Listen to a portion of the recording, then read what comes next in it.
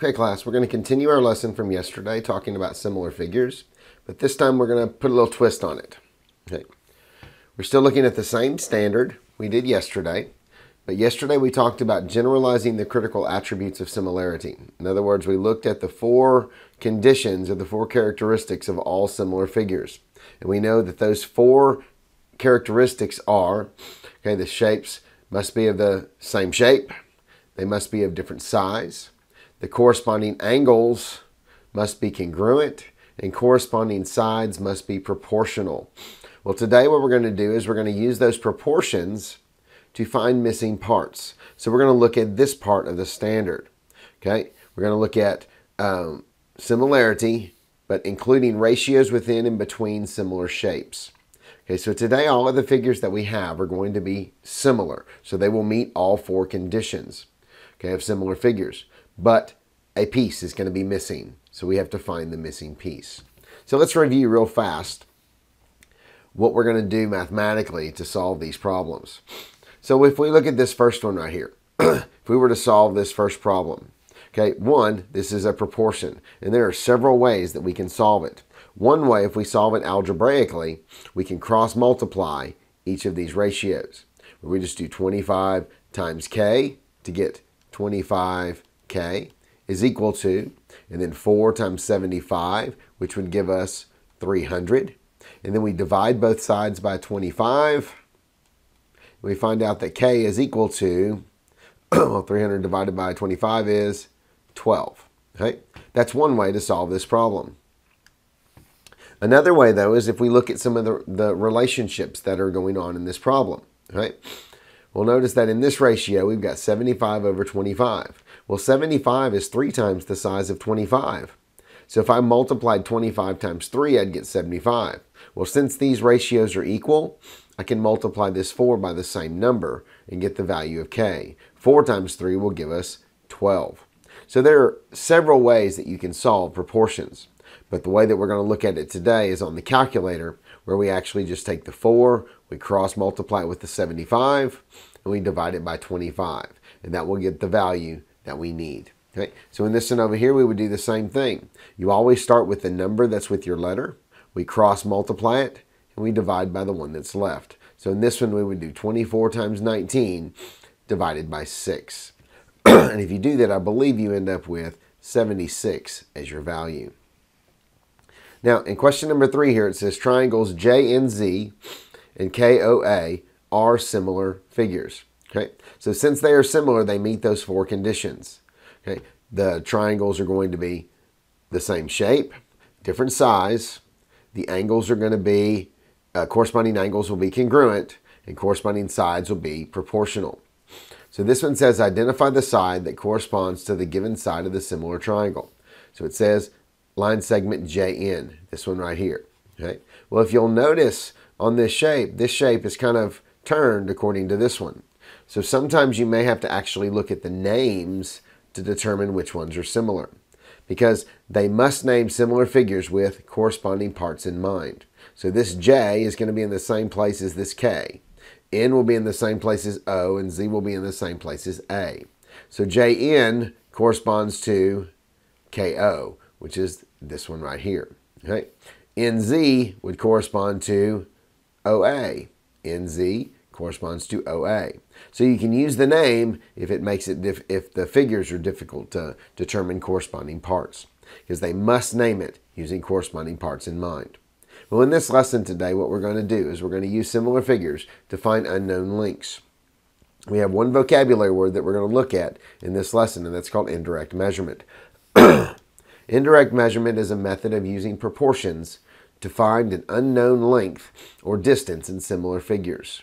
Okay, so let's see if we can put that to the test. Let's look at these two rectangles. It says find the unknown length in these similar figures. Okay, so we know these are similar, so they meet the four conditions. So what we have to do in similar figures is we need to find, okay, two corresponding parts where each of them I have a measurement for. So if you'll look at this line segment AC, I know that its value is 12. In line segment QS, its value is 48. So since I know both of those values, I can set up a ratio. because we know that similar figures, each ratio is going to be the same. Okay, so I can take the 12 and the 48 and set it up as a ratio. And I always like using small figure to big figure. It's not the only way you can solve this, but that is my preferred method. Right? So I know these two figures, they're going to set up the ratio for me. So now on the other ratio, I need to figure out what it is I'm looking for. Well, I'm looking for this W right here. So what is the corresponding part to W? And that's this 14. Right? So now, since this first ratio I did small figure to big figure, on this one I'm going to do the same thing, small figure to big figure. So 14 over W. Now, to solve this, there are several ways that we can do it. One way is just to cross multiply. 12 times W and 48 times 14. And then we divide both sides by the 12. Right? Or you could, type into the calculator the same thing. 14 times 48 divided by 12. Okay, or you could figure out, how did I go from 12 to 48? Well, I multiplied 12 by 4 to get to 48. So there is a relationship vertically right here. So if I did 12 times 4 to get 48, I could do 14 times 4 to get W. And the value of W would be 56. And in this case, centimeters, because you always have to provide me with the label if one is provided to you. So to solve this, we would type into our calculator 14 times 48 and then divide that number by 12, and that will give us the answer for W. So let's look at another one that's similar to this. All right? So we have two more rectangles, and we can set up the ratios. The first thing I want you to do is find two corresponding parts where I know their measures. Okay? So I know this 12 and I know this 24. So I'm going to set up the ratio as 12 over 24. Now immediately you should notice that there's a relationship between 12 and 24. We know that 12 is half of 24. Okay? So now I look for what it is I want to know. I want to know this X, and 10 is its corresponding part. So since in the first one I did small to big, 12 to 24, the other one I need to do 10 to X. And then we do the same thing that we did on the previous one. 10 times 24 divided by 12. Okay? Or 12 times 2 gives me 24. So 10 times 2 gives me X equaling 20 centimeters. Now that's one way we can set it up. Okay? There is another way. You could set it up using these two shapes. Top side over left side. So we put the two pieces that we know in from one figure in one ratio, and we keep the same thing together in the other one. Okay, so I did top and left. So over here I would do top and left. So X over 24. So this time, instead of having the vertical relationship, we have the horizontal relationship. How did I go from 12 to 24? I multiplied by 2. So 10 times 2 gives me 20. So there are several ways that you can work this and get the same answer. Okay, as long as you use one of them. Okay, so let's try another one. Let's bump it up a notch. Let's make it a little tougher. What if I give you this one? It says the inside triangle is similar in shape to the outside triangle. Find the length of the base of the inside triangle. Well, this is what we call a triangle within a triangle, or nested figures. Okay?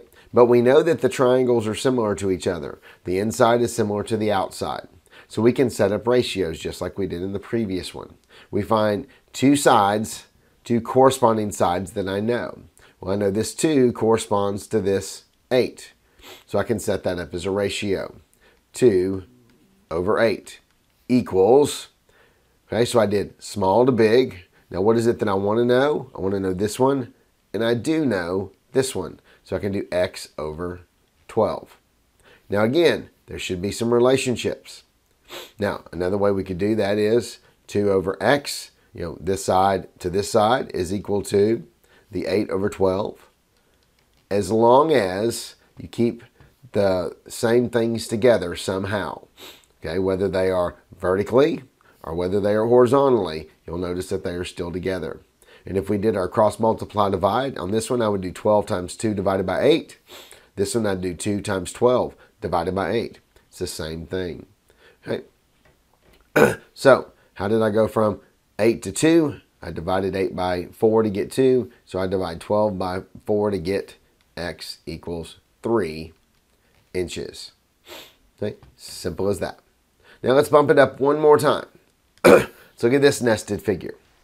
Well, this, believe it or not, is just two triangles. Okay, it's kind of hard to see that, but this right here really is two triangles. We've got a triangle that goes from here to here and down. And then we got the same triangle, okay, that is outside of that goes from here all the way up to here. Just like that. So that's our two triangles.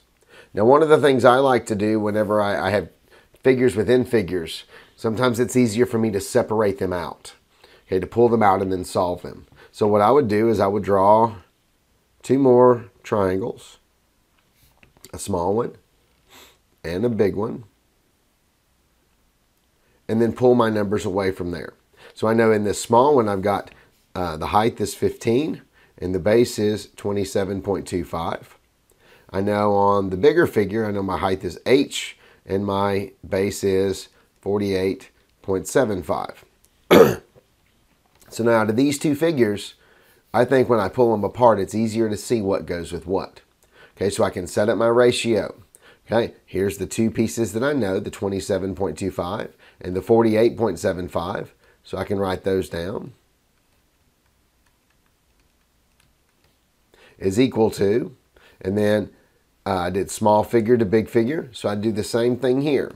15 divided by h. Now, when you do this math, you end up with 15 times 48.75 divided by 27.25, and you end up with kind of an ugly answer. I believe you end up with 26.7 something, blah, blah, blah, blah, blah. Well, if you look up in the problem, it says city officials want to know the height of the traffic light. Estimate the height of the traffic light. Well, this estimate says that we can do some rounding. So if it's 27 or 26.7 something, then 26.7 would actually round to 27 feet. So it'd be approximately 27 feet tall. Okay, so let's look at one more that's like this, that's already worked out for us. Just kind of go through it, and then we'll work one more problem, and then we'll be ready for our assignment. Okay, so what about this one right here? This one is very similar to the one that we just did. It says the inside triangle is similar in shape to the outside triangle. Find the height of the outside triangle. Well, in this one, they did the same thing, but they actually set it up as small figure, big figure. So they did the two pieces of the small figure and then the two pieces of the big figure that correspond to those. Okay, so they set this up as 5 over 14.75. So they did this piece divided by this piece. So right-hand side divided by base. So for the other one, they're going to do the same thing. Right-hand side divided by the base. Okay, so 5 over 14.75, h over 30.25. Okay, so then, since it says find the height of the base, they actually took liberty to kind of round some things and simplify. Okay, so they rounded the 14.75 to 15 and the 30.25 to 30. Okay, and then they cross-multiplied. Okay, actually they simplified it down. 5 over 15 simplifies to 1 over 3. H over 30, because they could simplify that because these two are still the same. So then when they cross-multiplied, they ended up with 30 times 1 to get 30, and then 3 times h to get 3h. Okay, so then they divided both sides by 3 and found out that the approximate height of this bigger triangle is 10 feet. Okay, so they did the same exact thing, but they set it up a little differently than the way I did it, because I did small figure, big figure, small figure, big figure, and they used both values within the shape, and you will get the same answer either way. Right? So let's look at two more real fast, and then one last one, and then we'll be ready for the assignment. So in 1 and 2 here, let's just see if we can set them up. We're not going to take the time to solve them, but let's just set them up just to make sure we understand what to do. So the first thing I asked you to do is find two corresponding parts that I know the measurement of. Okay, so I know that these two figures are similar. Okay, so A and J go together, B and L go together, C and K go together. So that means I know this 96 and I know this 144. Okay, so that's a ratio that I know. Now, I also know this 56 and this 84, and I could use that as well. Okay, so I could use either one of those as long as I know both pieces. Okay, now, what I need to know is I need to know line segment JL, which is X. Well, what part corresponds to it? The 80 corresponds to it. So I did little figure, big figure. So for the other ratio, I need to do the same thing, which is 80 over X. And then you just type that into the calculator. 80 times 144 divided by 96. Now, number 2, it's a little simpler because they only provide us with two pieces of information for this. But you'll notice these figures are rotated, so you've got to be real careful. But I do still know that this 72 and this 90 go together. 72 over 90. So there's the first ratio that I set up. Now I need to know T, but what piece corresponds to T? The 120. Okay, so I did small figure, big figure, 72 over 90. So that means I'm going to do 120 over T. And then we solve. 120 times 90 divided by 72 will give me the value of T. Now we've got one last tricky question before we move on. Okay, so this one says that triangle RST is similar to triangle PSU. Find the value of D. Okay. Now this one's a little tricky because they give us two triangles nested within each other, but they give us that this RS is 12 and the RP is 9. So when we separate these out like I've told you to do, we're going to draw a small triangle and label its parts. So this one is 12, this one is 14. Now a bigger triangle. That's similar to that. And I know that the value of the one I'm looking for is this right here. But what is this whole side? Well, the whole side from S to P is the 12 plus the 9. So we actually have to add those two together. So you end up with this side actually being 21. Right? So now, so it's not 9 like some of us did in class today. Okay, so we put it as 21. So now when we set up our ratio, you can set it up several ways. Okay, I choose to set it up as 12 over 21 is equal to 14 over D. Now you could have set it up as 12 over 14 is equal to 21 over D. Would have been the same way, doesn't matter. Okay, and you'll get the same answer either way. So we take the number that's with our letter, 14, multiply it by the 21, we divide by 12, and you find out that the value of D is 24.5. And in this case, since there aren't any labels on it, okay, it would just be what we call units. Okay. And that's how you actually answer one of those crazy questions like this. You've got to really pay attention to what goes on with the numbers and how we put the sides together. So that's why sometimes it's easier to pull these apart to be able to figure them out. Now in your assignment, what I'd like for you to do is on the first 4 questions here, is all I want you to do is tell me, are they similar? Okay, so we need to go through those 4 conditions. Are these two the same shape? Yes. Are they different size? Yes. Are the corresponding angles congruent? Yes. Okay, so now how do I do the sides? Well, what you're going to do is you're going to take each side, okay, each side and its corresponding side and set up a ratio. So this first one here is an 8. Its corresponding side is 4. So that simplifies down to 2 when I do the division. So now I do the next side. The next one is 12 over 6. Well, 12 over 6 simplifies down to 2 as well. So those are equal. So these two fractions are equal to each other. So now we look at the rest of them. Well, if this is 8, then this down here is also 8. If this is 4, this is 4. So we'd have another 8 over 4, and we'd have another 12 over 6. We divide those, and we find out that each one is equal to 2. So if all of them are equal, then we say that, yes, it is similar. So in this other figure, you would do the same thing on every one of them. You would do the same thing. So I'd do 3 divided by 5, 3 divided by 5, 3 divided by 5, 4 divided by 8, 3 divided by 5. If all of the decimal values are the same, then you say yes. If any one of them is different, you'd say no. Now, if you have a question like this down here, or have a number like this of 2 2/3, all you have to do with one of those is change it into a mixed number. Into an improper fraction, excuse me. So we do 3 times 2 is 6, plus 2 is 8. So we end up with 8 over 3. And then we have to set that up with 4.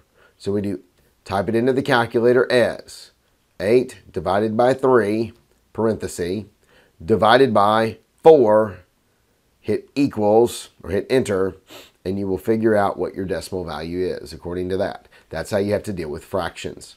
Okay? Now on the rest of the assignment, what I want you to do is find the x value, okay, or find the first letter of the alphabet. So in all of these, I want you to find the x, okay? So if we had to do number 6 here, what I'm going to do is we're going to look for 2 parts on each figure that I know the number. Okay, so I know this one, I know 6, and I know 4. So that becomes my ratio. And you can do big to little or little to big. It makes no difference. So 6 over 4 is equal to. Now I find what it is I'm looking for, and what is its corresponding part? The 7. So since I did this first one, 6 to 4, this one I'm going to do 7 to x. And we find our x value. And you do that for every one. So on number 7, again, I'm finding the x value. Number 8, I'm finding the x value.